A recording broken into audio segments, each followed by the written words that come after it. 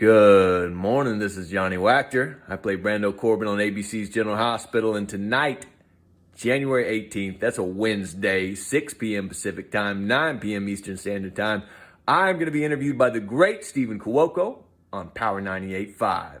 Make sure to tune in. It's going to be live. If you can't tune in tonight, you can tune in tomorrow at 8 a.m. You can do that by going to www.power985.com, or you can download the Power 98.5 app. Either or. We're going to be talking about all things General Hospital, probably some things about my life, maybe some juicy questions, I don't know. But primarily, we're going to decide whether I should be opening up an OnlyFans account. So tune in and take a listen. Hey everybody, this is Nick Mayhew, 3-time gold medalist and 3-time world record holder, and you're listening to Power 98.5. We don't play the social game. We are social. Power 98.5. You're listening to Power 98.5, powered by United Angels Dream, your number one resource for public relations, entertainment, and multimedia. Contact them today at unitedangelsdream.com. Hi, this is Dan Aykroyd. He's progressive. He's beautiful. He's thoughtful. He's intelligent. He's powerful. He's positive. He is Stephen Cuoco on Power 98.5 Satellite Radio. Empowering listeners from the US to the UK. Live on air with Stephen Cuoco.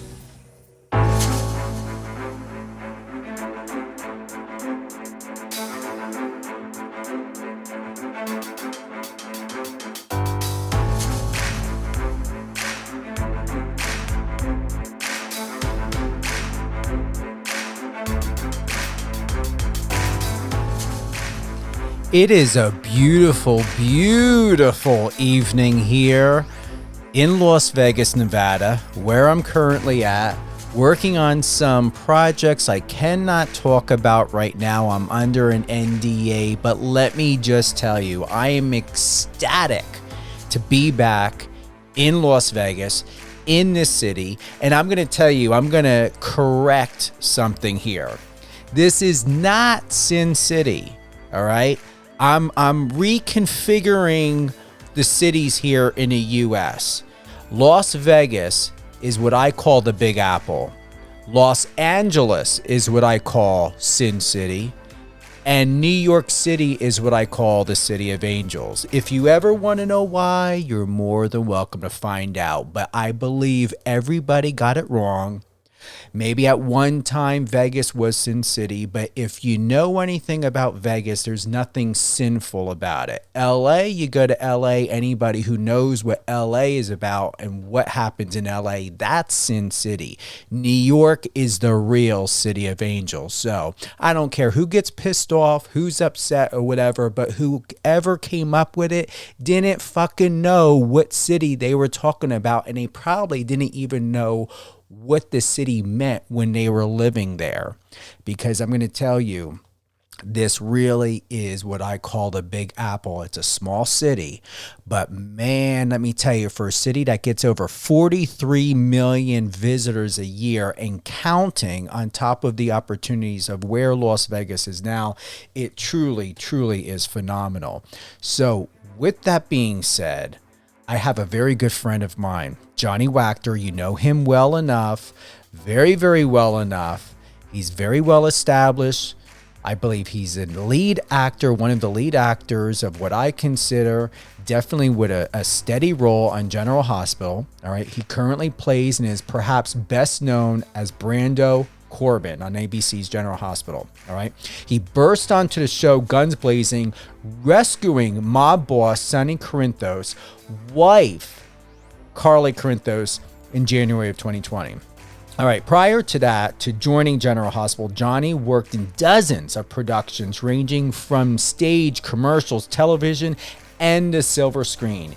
He began acting in church and school plays at a young age, which fortified his interest in storytelling and character play. All right, so with no further ado, with pure excitement, I wish I had my applause still in my system, but I took it out. I never used it. Mr. Johnny Wactor. How are you, Mr. Johnny? Man, thank you for the introduction, Steven. I'm doing great. How are you, brother? You know what? It's a beautiful evening. You and I are in the same time zone. You're currently located in Sin City, Los Angeles. How is it out there? Man, you know, after hearing you talk about it, I was like, I need to take a shower and then pack my bags and move to Vegas, man. Well, hey, I don't blame you. I gotta agree with you though. LA is definitely, it's an adult playground where you can get into a lot of trouble. Not that I do that anymore, but I had plenty of years to do that out here. Well, I don't know if we should jump into this and wait to the end, or jump into it and wait and not wait and bring it up now. All right, so we listened to your promo video, loved it. You did a great job. I'm just going to go right into it before we get into General Hospital. What is going on with the OnlyFans? We've got to know more about it.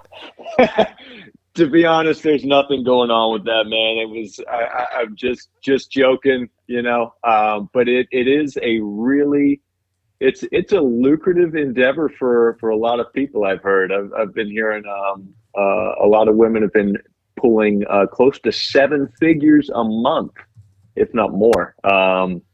So maybe if they offered, you know, if that was a realistic prospective number for me, maybe I would get an OnlyFans account. But for now, I think I'm just going to stick with General Hospital. I believe that's your best bet. Also, at the same time, I would say you could get away with it, even if you were to keep it PG-13, you know, shirtless, maybe some Calvin Klein. But overall in all, here's my thought about it, and I'm going to say this from a PR perspective, and please dive in and let me know your thought. I believe, you know, where the world is at when we think about sex and sexuality, and, you know, identity, and body image and all of that, I say to each their own. You know, I'm not taboo. You know, my family is very much Mediterranean, European. And so I see sex and nudity very, very differently. But at the same time, one of the things that I'm thinking of when I think about OnlyFans is that the mainstream world, especially when it comes to our industry, Johnny, it is difficult. You cannot take a porn star and put them on regular television. It doesn't happen. It doesn't work. So I'm thinking to myself, is there really an age limit?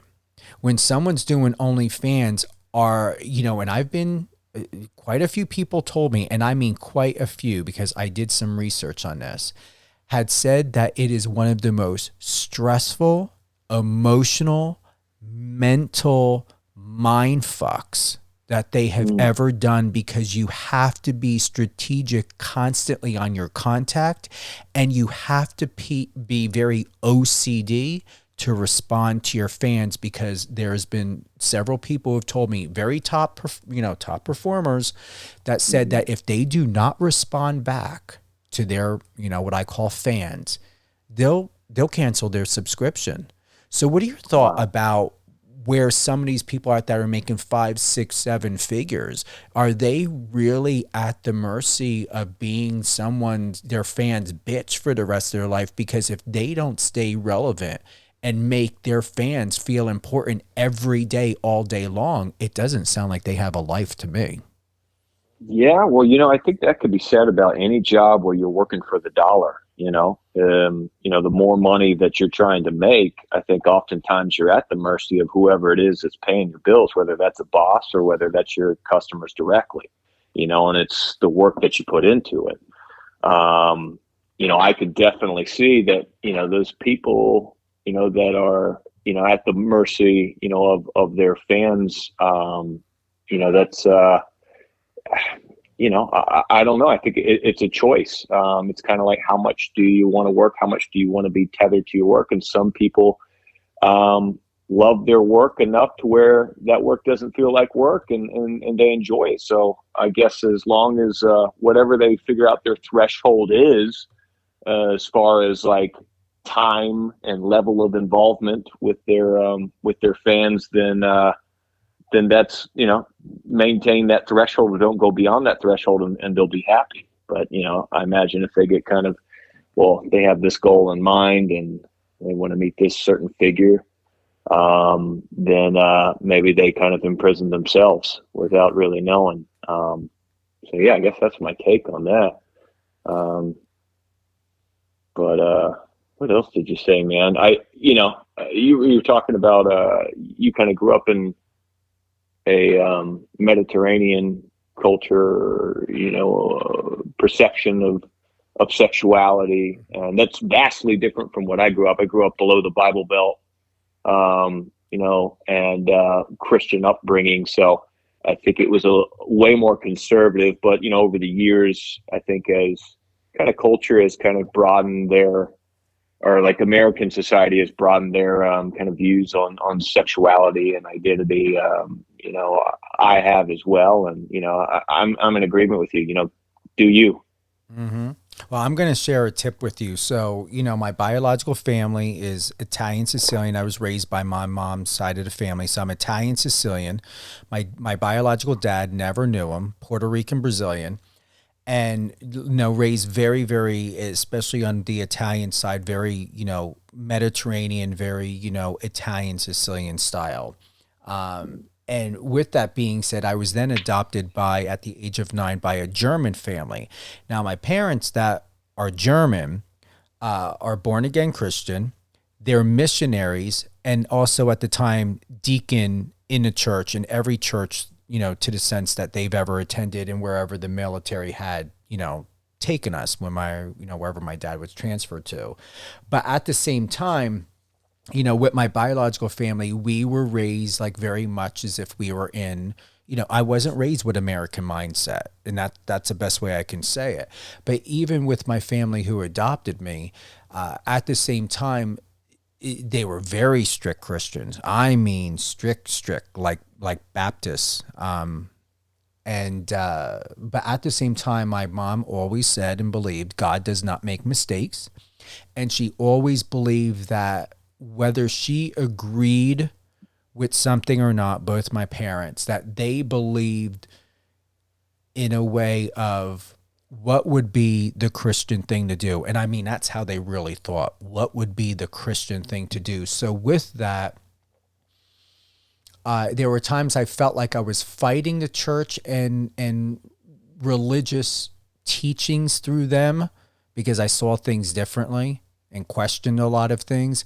But at the same time, when my mom had told me that God doesn't make mistakes, I questioned and challenged every single thing that you can think of when it comes to religious teachings.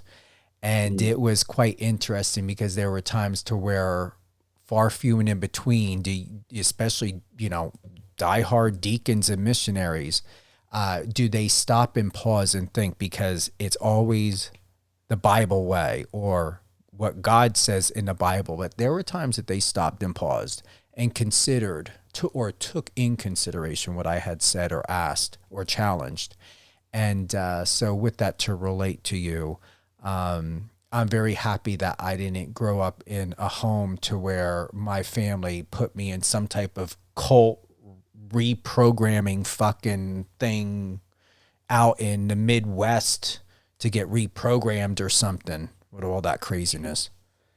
Yeah, well, I'm glad for you too, man. I can understand, the struggle, of like being in a religious family and then, having disagreements with that and feeling that, or understanding also that God makes no mistakes. So your questioning and your doubts, with religion, I think are valid, and that's valid for anybody. I don't think that it's inappropriate to question anything or anyone. That's my personal belief. I know a lot of people might disagree with that, and that's okay, But yeah, man, kudos to your family and for you for being strong and courageous and your family showing you a lot of love and encouragement. I appreciate that. Seriously, thank you for taking that in and relating where you could relate. And where I would like to bridge that is your recent article with Marcos Papadopoulos, and he just texted in, and let's see what the text says. I believe he had it. All right, here we go. Warm regards to my good friend Johnny Wactor for me. And I'm going to say, just told him live on air. There we go. Love it. Hey, Marcos. I hope he's listening. If he doesn't, he will retune in, but he usually does tune in when we're live. Oh wait, here we go. What does he say? He said thanks. So he's definitely listening, man. I hope love so. Marcos. I'm assuming so. Yeah. A recent interview done by him with you back on January 16th. Johnny Wactor featured on Maurice Bernard's MB State of Mind podcast on mental health. So what a great topic to talk about religion and faith and family, adoption, your background of, where you were at and where you are in your life emotionally and mentally. Take us into what was happening. What was the narrative, the share like when it comes to the subject and subject matter on this show, on this podcast about mental health? Well, it ranged a myriad of topics. Maurice's show, it was developed for, I think, not only as kind of an element of therapy for himself, but primarily to help others, to make it okay for others, or make it, it is always okay for others to, for people to talk about, traumas or things that are deeply personal and that they struggle with, whether that's, mental health, traumas that, happened to them or, that they purported. And he talks about it and he's on such a great stage where I think a lot of people are grateful to see someone that is in the public eye be so brave and talk about things that are deeply personal to him. And it's encouraging to, a lot of other people, to come on the show and share, their struggles as well. And it's, Maurice and I had a conversation after work one day, and he felt that it'd be great to come on the show. And one of the things that him and I connected with that we talked about early on in the show was just kind of this internal anger or rage that we had. And he was able to kind of identify where his came from and whether my rage came from where his or didn't. He felt a source of his rage was being whipped as a child, and that was definitely a possibility for me. I never really considered it as like the sole source, but just having that rage and always kind of struggling with it throughout life, or not even knowing that you have that inside of you, but something's there, like it's this monster that can be released, whether it's that short temper and whatever that trigger is, like, knowing that it's there and wrestling with it, just being able to talk about that. And then, by talking about it, you discover that there's, realms of help or outlets of help, like, therapy. For me, I sought out, substance abuse treatment. And I found by going into therapy and going into substance abuse treatment programs, that I was able to, get honest with myself. And by getting honest with myself, I was able to identify, some of these traumas or these sources of anger, whether they were caused, by someone else, or if it was just my own doing. And most of it is an inside job, it's, my own mind, so we talked about that, man, and not allowing, circumstances to make us a victim, but allow these circumstances to encourage us to find help and seek out solutions, for whatever that struggle is, and deal with it. So that was mainly what we discussed, man. And it's, if you haven't seen the show, I encourage you to watch it, Steve, and anyone else that's listening, man. It's really, really helpful. And it's beautiful to watch people kind of open up, and maybe it'll connect with you and whatever you're struggling with. For those that are tuning in, I want to thank everyone for joining us this evening. We've got my good friend Johnny Wactor from General Hospital, who plays Brando Corbin. He's also recognized and has seen on, phenomenal shows such as NCIS, Army Wives, and Criminal Minds. To tap in a little bit further, Johnny, did you ever come to find what the triggers were of really down to the root, the nucleus of where and why you were not happy or felt disconnected from yourself? Where or when or have you ever had that aha connective moment of realization within your truth of why you were where you were emotionally and mentally, and why you made the decisions that you had made throughout your life? I've been able to identify some of those sources. One of them is that I'm not enough, and nothing is never enough, and no one is ever enough. What that comes from, I'm not entirely sure what that comes from, but just knowing that is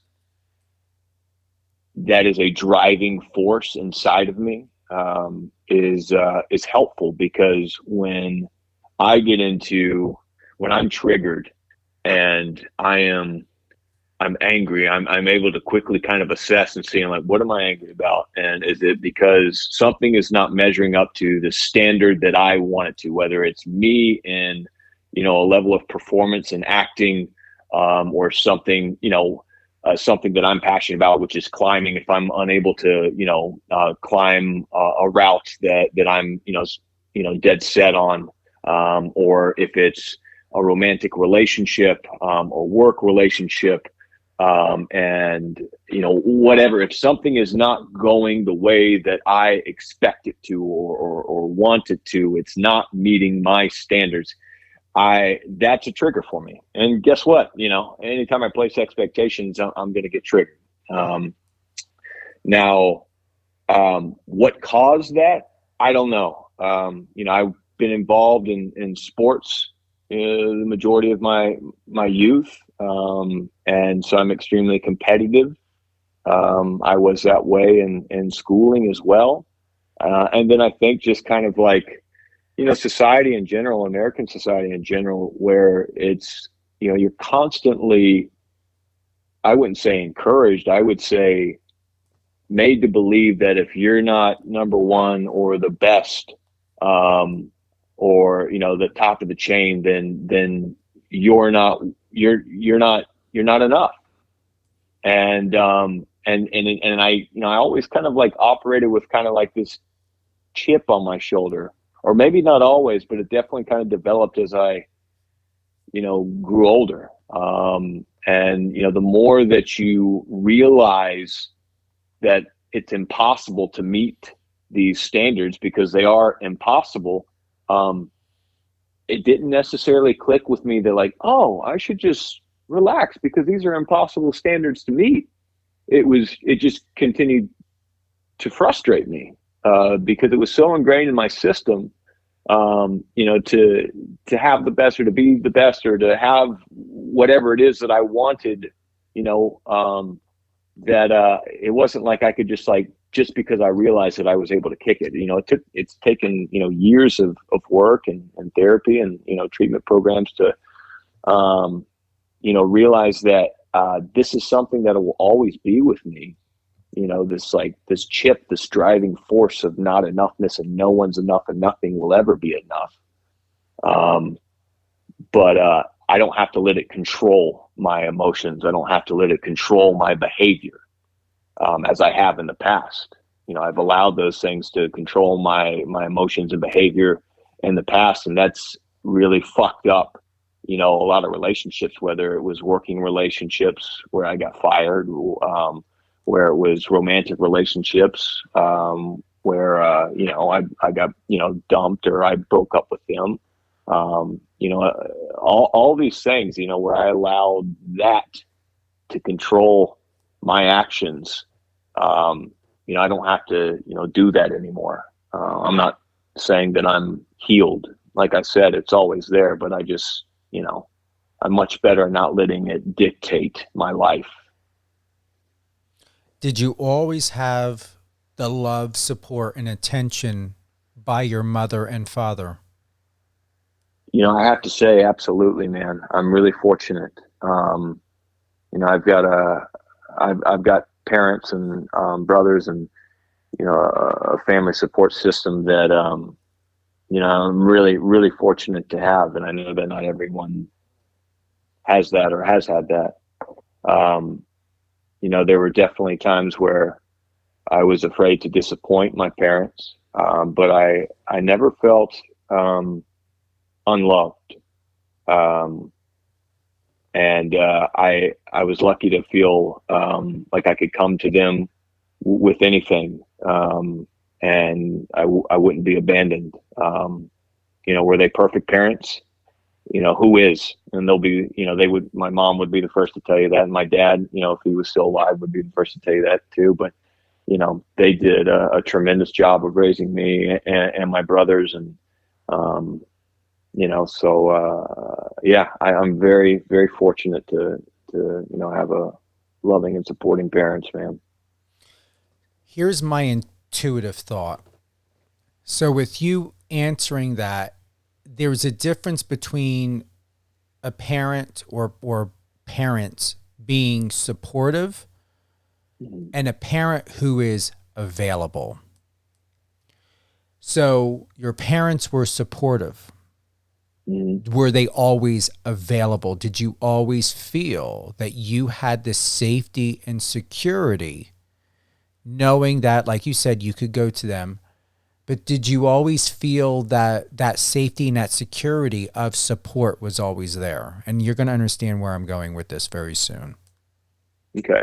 I would, it's kind of hard to assess, because as a child, I don't think that I had a capacity to realize if it was unsafe or safe. I probably felt that it was safer to go to my mother. I spent more time with her because, I was a swimmer, competitive swimmer, and there was a lot of time that we traveled together. So I was around my mother more often, so I was probably closer to her. And I was close to my dad, and I loved my dad. I trusted my dad, but I was definitely probably more scared of my father because, he had a short temper, and, I think was very angry, and, he was, as I mentioned on Maurice Bernard's show, State of Mind, my dad was an alcoholic and an untreated one at that. And, from personal experience, an untreated alcoholic is an unhealthy person. You don't have normal communication skills, healthy communication skills that a normal person would. So I think, I guess to answer your question, were both my parents available, or did I feel that they were safe to go to? Yes, for my mom. My dad, I never thought that he would hurt me, but probably less available and less safe. Okay. With that being said, I'm processing what you're saying. When a child looks for its identification, understanding this is my dad, this is my mom, child's like, what does that mean? What does that mean about me? What is my purpose? What is my value? What is my sense of partnership, my sense of placement amongst brothers, sisters, parents, when you had shared what you had shared, and here's the importance. To digress back to what you were sharing earlier about how you first handled relationships and connections or lack of connections, most people, and I can relate to you on this, tend to confuse what a narcissist or a covert narcissist, and with the behaviors and the identity description that you were sharing would fall, I would believe, more under, as a former grief counselor, as a borderline, if not a covert narcissist, to where, oh my God, here's this guy, here's this person just out for themselves. Oh, if I'm not putting Johnny first, or if Johnny doesn't feel first and a priority, it's like, oh my goodness, everything is my fault. He doesn't take responsibility for anything. He refuses to see the bigger picture of where he's accountable, because he's always making someone. I'm just throwing that out there as possibilities of what maybe people in your life were going through in their mind. But here's the thing. I don't consider you a narcissist. The reason why I say that is, growing up, you shared that your father had an addiction with alcohol. Never knew my biological dad. My stepdad completely was not a role model. So all I had was my mother. But I didn't have my mother because my mother put, drugs, alcohol first. The only male companion and role model I had was my grandfather. He died and had a heart attack in front of me just 3 weeks after I turned 4 years old, and I still remember it very, very vividly. And then everything went downhill. But even with my grandfather, he was a military veteran as well. That was, there were things that, how he raised me and even my cousin at time, because it was just us two kids at the time in the family, from, my aunt who had my cousin, Michael. So he was the oldest. I was the second that was born. There are no words when having a parent or parents that struggle with addiction, that are unavailable to know what self-love and self-respect is. You cannot learn anything from that as a child. And for myself, I was naturally an introvert, but at the same time, addicts tend to move very differently, to where for my mom, I'm not too sure how your father was, but please do let us know. Everything was quick. I always had to leave my shoes on.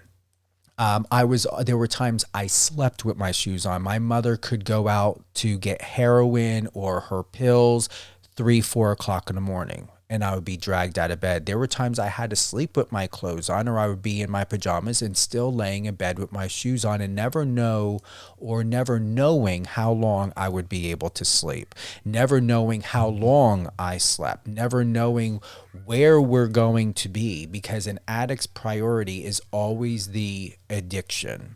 And most of the time when we think about alcoholism or drug addiction, Johnny, it's not so much the substance that the person is addicted to. The question is what is the person trying to escape from?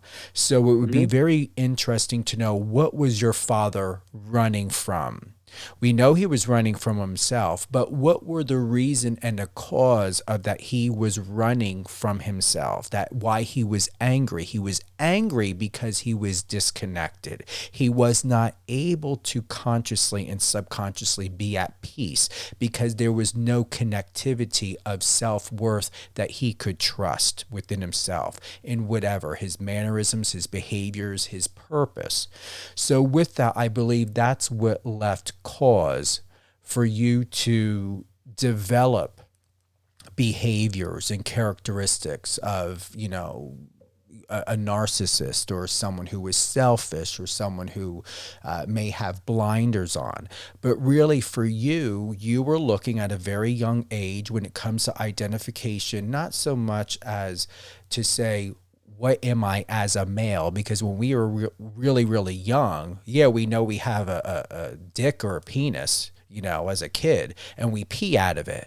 But we don't really grasp the understanding of what does it mean to be a man or a male in a world, because at the age of an infant, 1, 2, 3, 4, 7, 10, we don't think, oh my God, I need to be a successful financial advisor, or I need to be a successful broker or real estate developer. We want to understand what it means to be safe and to have purpose, that we're not a mistake. Well, in my life, the addiction through my mother and my family made it very clear that I was an inconvenience. And I'm wondering if somehow, even though your father was a tentative, as you had stated, and I believe, but still, did it leave you feeling as though you were an inconvenience to him?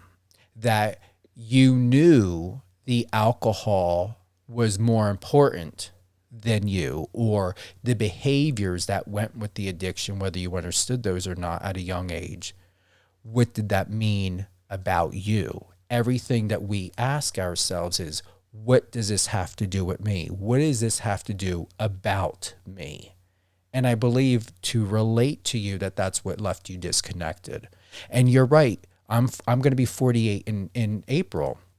And I'm still, would I say, cleaning up of my past. I'm still learning how to parent and self-soothe myself where my family could not do that, because they were unable to do that for themselves. And every single child in my family was left with something that we had to clean up. So I want to thank you for listening, and thank you for the share to let you know that you're not psychotic. You're not a covert narcissist. You are not selfish.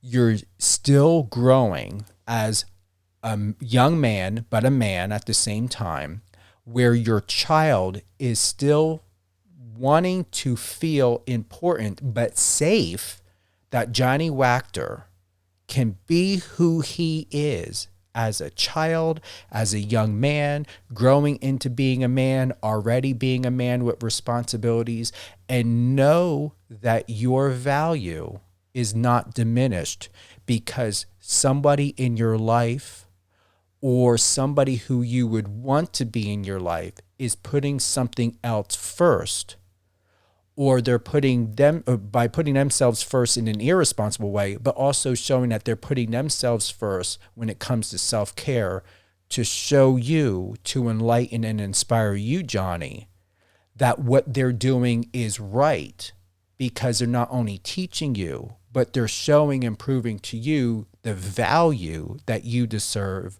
because they hold value within themselves. Does that make sense? It makes a lot of sense, man. I appreciate your understanding of addiction and substance abuse, and I can tell that you've done a lot of studying and developing a great understanding of that relationship that people have, and what that does to them, and how that can take their energies and attention away from the things that are really important in their life, like their children. And I have to say, though, in my case, in my circumstances, I never saw alcohol in my house until I started drinking when I was in high school. So for the large majority of my formative years, I knew my dad didn't drink, but I didn't necessarily know that he was an alcoholic, much less specifically an untreated alcoholic. I didn't start to learn these things until I, discovered my own substance and alcoholic abuse, right? And start to kind of like dive in. So, my relationship with my father was not saying that he chose alcohol over me or alcohol over anyone in the family. It was just my dad's got a short temper, you know, like he can be an asshole, you know. When he's doesn't know how to communicate or he's frustrated, he yells. You know, so I was like, so the visualization of seeing him choose something over me and not understanding that wasn't my story. It was more just like, you know, I don't want to get fucking yelled at, you know, for doing something that seems menial. And so that was where I think the unsafe part, but the unloved or being, you know, not chosen first, that wasn't my story. Now, you know, could be different for, you know, my mom, or it could be different for my younger brothers. You know, as he, you know, I went off to college when I was 17, 18, which was, around the time that, you know, my dad started drinking again. You know, he relapsed, and, you know, not to make this about my dad or my family, you know, but, you know, I know that, you know, my mom and my youngest brother, like, you know, their relationship and experience is different, and perhaps, you know, maybe, you know, what you described fits maybe of more of their kind of experience than what mine was with my dad. But nonetheless, you know, being, you know, the effects of living with someone, you know, who's not getting help with some deep-rooted, deep-seated shit, you know, that it has its effects as well, you know. I believe with that realization, and I want to thank you for the transparency and sharing your experiences, Johnny, especially with, you know, those that are listening and those that will be retuning in, is, you know, and I haven't seen this episode that you had with Maurice, and I'm looking forward to definitely catching up to speed with what your interview was like. The best thing I can say, and having had the opportunity to talk with you before going live and, you know, the other day, is your self-understanding and how you're not in denial. And if anything that you've learned from your past, and I'm going to honestly say, you know, with all respect to your dad for the best that he was able to do, or for what he had known of, is you are smarter, you are greater, and you are, you know, in a place and space in your life to where you're doing great things. And you, if, you know, remembering from our conversation, you know, you are much larger than even where you're at today. So congratulations on all of your success with General Hospital and NCIS and Army Wives, and there's a lot there. And for the you know, memory and you know, for your family and your mom and your dad, you're still here. So for what it's worth, they may have helped shaped you to a certain bit, but what's most important is you're letting people know from your interview with Maurice and here and in life every day, Johnny, is that you're taking responsibility for yourself. Even with the recovery you had gone through, you're still taking responsibility for yourself and for what you're deciding in your life. And that is monumental. Absolutely monumental. And I really hope you're proud of yourself. And I mean really, really proud of yourself. And that doesn't mean you're arrogant or whatever. You have every right to feel proud of yourself for what you've accomplished, for where you're going. And most importantly, still, when I heard you talk about your mom and your dad and your family, there still is a sense of peace and dignity that you have. I don't hear victim. I hear someone who is very strong and someone who is still persevering in your life. And I really, really hope you understand that and know this, because that it's not what I'm just perceiving. It's what I believe many people perceive, whether they are telling you or not. So you're helping a lot more than you may ever realize. You're helping a lot of people. Well, thank you, Stephen. And, to be honest, I didn't know where we were going, with this interview. And, it's funny that, this, the last interview and then now this interview, getting pretty deep and personal pretty quickly. But, it's often, kind of scary to talk about deeply personal things.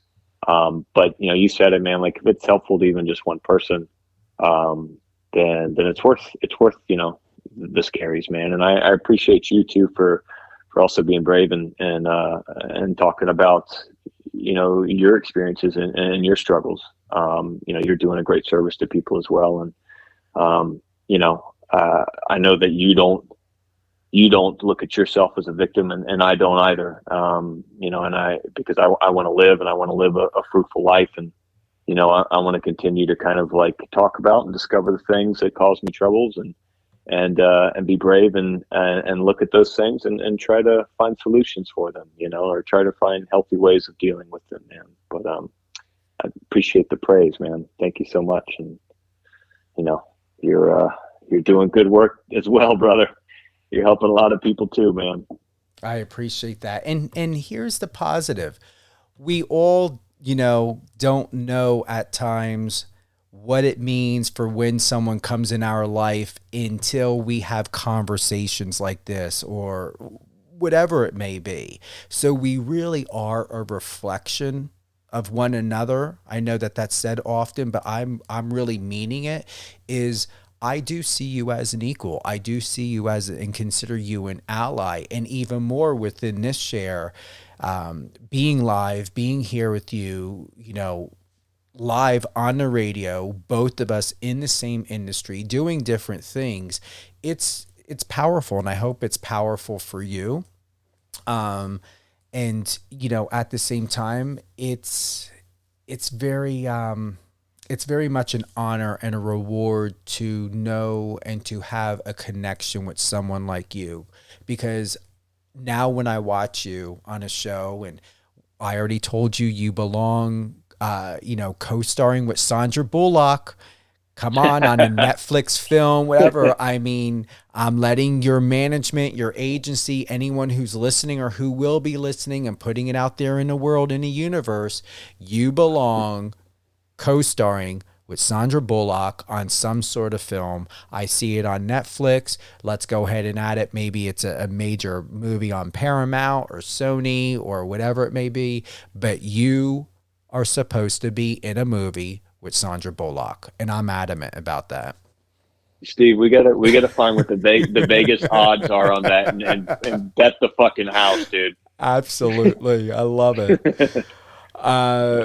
I want to go ahead and play a live clip of one of your scenes from General Hospital. So let's see here. All right. So the most recent that my assistant sent to me. So we have one here with you and Sophia Matson. I don't want to go too deep. I know that one has to do something about a child, right? Should we play that clip? What do you want to do? Sure. I'm not sure which clip it is, but go ahead and play it. I mean, it's, if it's, about our son, it's going to be pretty heavy and sad. But why not go for it, man? If that's the one you got queued up. Okay. So it says here, Sophia Matson plays Sasha Gilmore on a show, while Wactor has been playing the role of Brando Corbin since 2020 on General Hospital, and he has been killing it. Sasha is expecting a baby on the show with Brando, and ironically enough, her betrayer, Sophia, is pregnant in real life. Mm-hmm. All right, so let's go ahead and play this clip.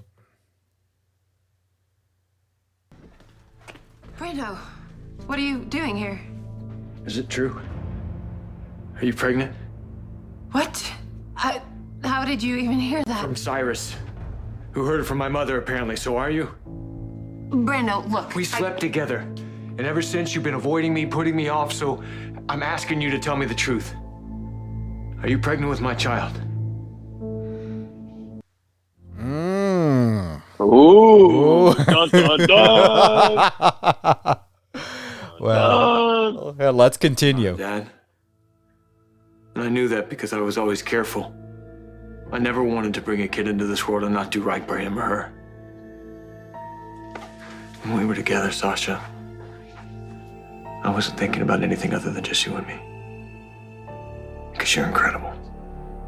For 1,000,001 different reasons, but if we did this, if you were pregnant with my child, I want you to tell me. Please, I need to know. Yes. The baby is yours. I wonder how many episodes it took for her to finally say it, because back when I used to watch soap operas, it took like freaking 3 weeks before they finally got an answer on something. Yeah, I think it was about that. You know how they got to milk it and drive everyone crazy. It drives the actors crazy too. It's like, come on, like we would tell someone by now, right? Absolutely. See, and to watch that with having the rapport that we have now makes it even more rewarding. So I am very grateful to be in this seat, in, you know, side by side with you, Johnny, in this moment, because to have watched that and to hear it and to be live with you right now really brings in a different feel, you know, for it. The experience. So with that, what was going on with your life? What was happening with you behind the scenes, in front of the scenes? What does it take to be in that moment, to be, you know, Johnny Wactor, but also at the same time to be, you know, your character? Great questions. Well, what was going on in my life when we were filming those scenes, I don't know. I don't remember. But you know, what, as far as like what it takes to you know, be in the scene, it's you know, for me, all my acting work is based off imagination. I don't mix real life stuff or real life memories or experiences with whatever these circumstances are in the scene that I'm playing. You know, if there's a similar circumstance, I may think about a experience in my life to kind of gain rapport. But in this circumstance, well, I won't say that. Never mind. But I always use imagination. I find that your imagination can be as strong and fertile, if not stronger and more fertile than your real life memories. Because you know, if you think of your imagination as a method of believing in something, right? You know, people will die for their beliefs, right? You know, whether that's religion, whether that's, you know, their version of the truth. People will go to their graves believing whatever it is that they believe. So with that logic, you know, if you spend enough time in your imagination concocting something and making those circumstances your truth, your reality, that thing that you believe in, you know, then you can make whatever those circumstances are come across as real. So, you know, I try to apply that, you know, with whatever scenes, you know, that I have. And I've been, you know, doing that for the last, like, you know, that was kind of the method of acting that I've chosen to employ about, you know, 5-6 years ago. And I find it to be, you know, the most effective. And so, you know, in that scene, it was, fuck, you know, I've gotten this, you know, beautiful woman pregnant that, you know, I'm very much attracted and into, but you know, I wasn't prepared to get her pregnant. Like, holy shit, what are we going to do? Also, you know, the other circumstance being that, you know, Cyrus, the guy that I work for, is he's a killer, you know, and he also is in love with, or not in love with, but fancies, you know, the woman that I got pregnant. So there's a lot of things that make these circumstances really dicey. So, you know, just getting in there and believing all these things by just spending time and spinning is what I like to call it.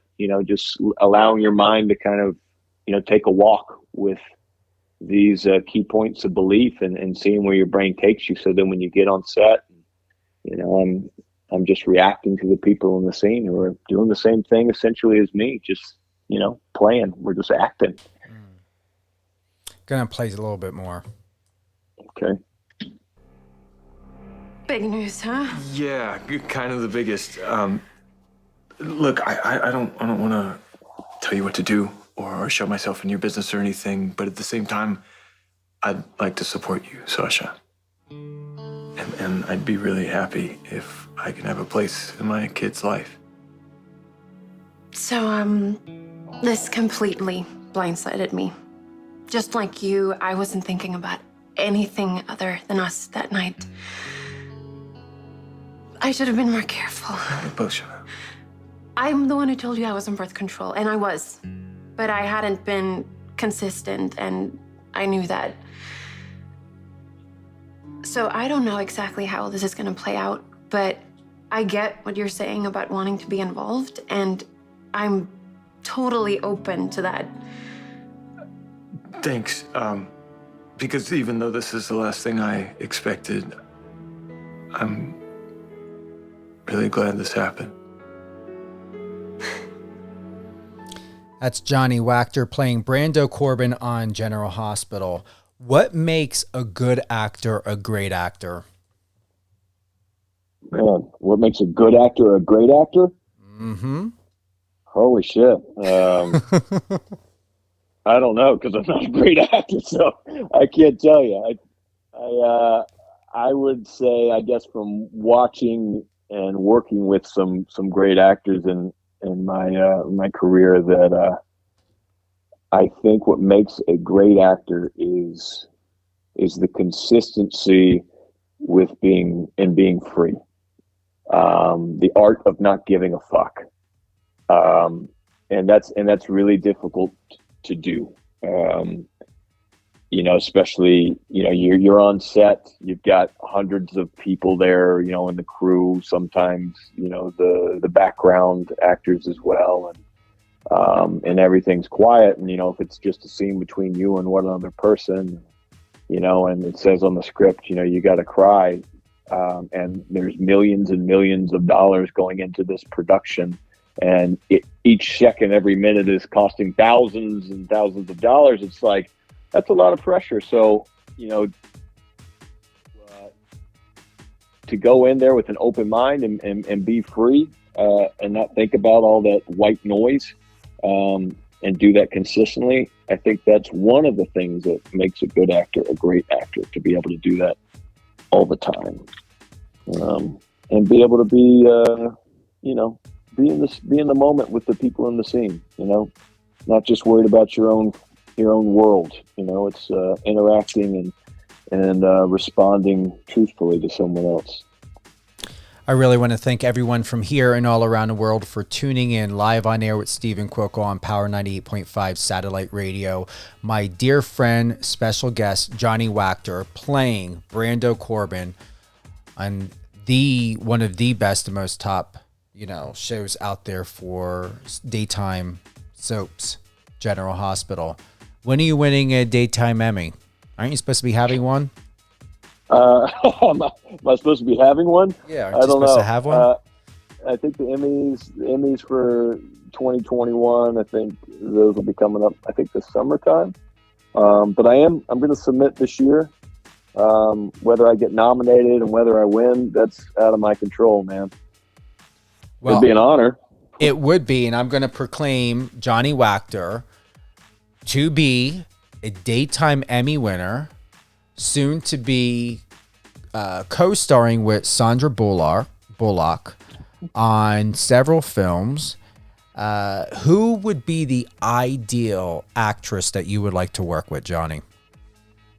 Oh, man. Right now, it's a good question. Jennifer Lawrence? I'd like to work with Jennifer Lawrence. I mean, hell, she's an Academy Award winner. She's young, talented. I loved her and Mother, and Joy, and Silver Linings Playbook. That'd be an awesome tandem.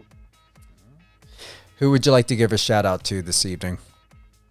I want to give a shout out to Marcos for in contact with each other, and always being a fantastic supporter. And then my mom, who's listening, my girlfriend who's listening, and everyone else who decided to tune in and listen to you and I. So I appreciate that. And where would be the best go-to spot on social media to connect with you and all things Johnny Wactor? That would be Johnny Wactor. JOHNNY Actor. It's pretty easy to spell. You can follow me on Twitter too. Yeah, I'm not on Facebook, so don't look for me there. If you find a Johnny Wactor account, it's fake. Well, we've got to give the Johnny Wactor handle, or at least a Twitter handle as well, because I found that interesting when you posted the promo video and tagged me. Wactor Tractor. Why? What is that reference to? This girl, Christina Montanaro, I was her date to a formal, I think it was my freshman year in college, and she called me Wactor Tractor. Is there a meaning to the tractor part? I mean, I will neither confirm nor deny. All right.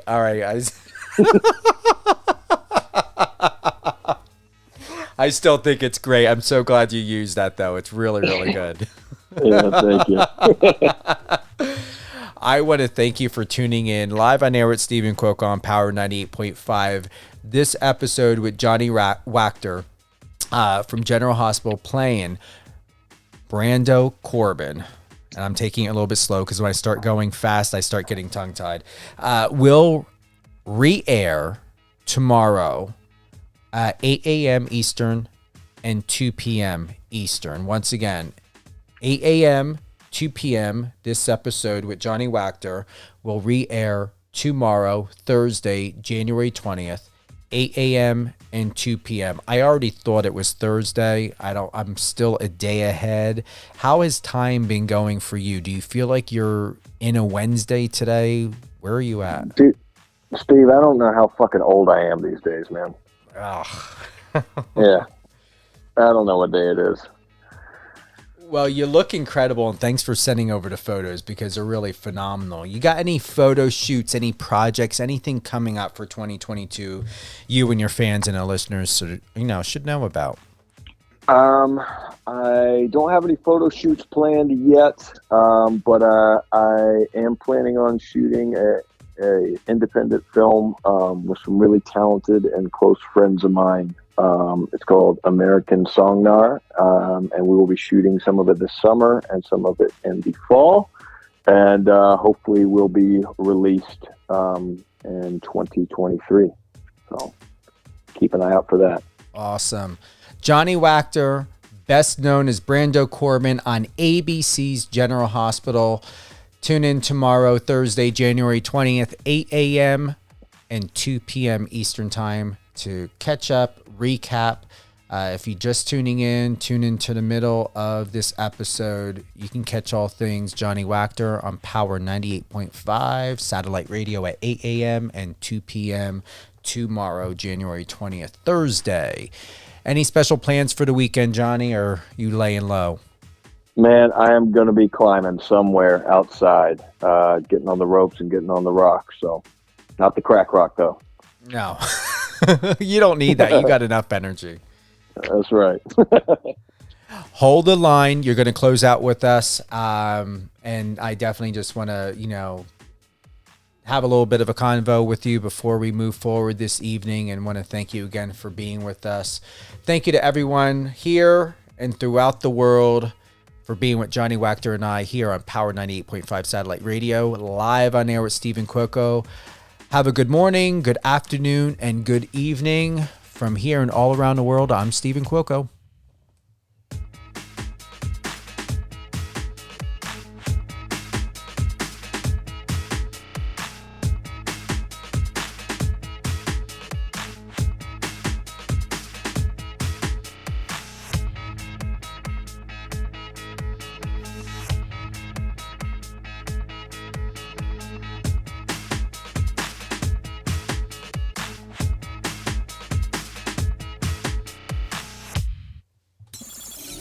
Find us on your socials and let's connect.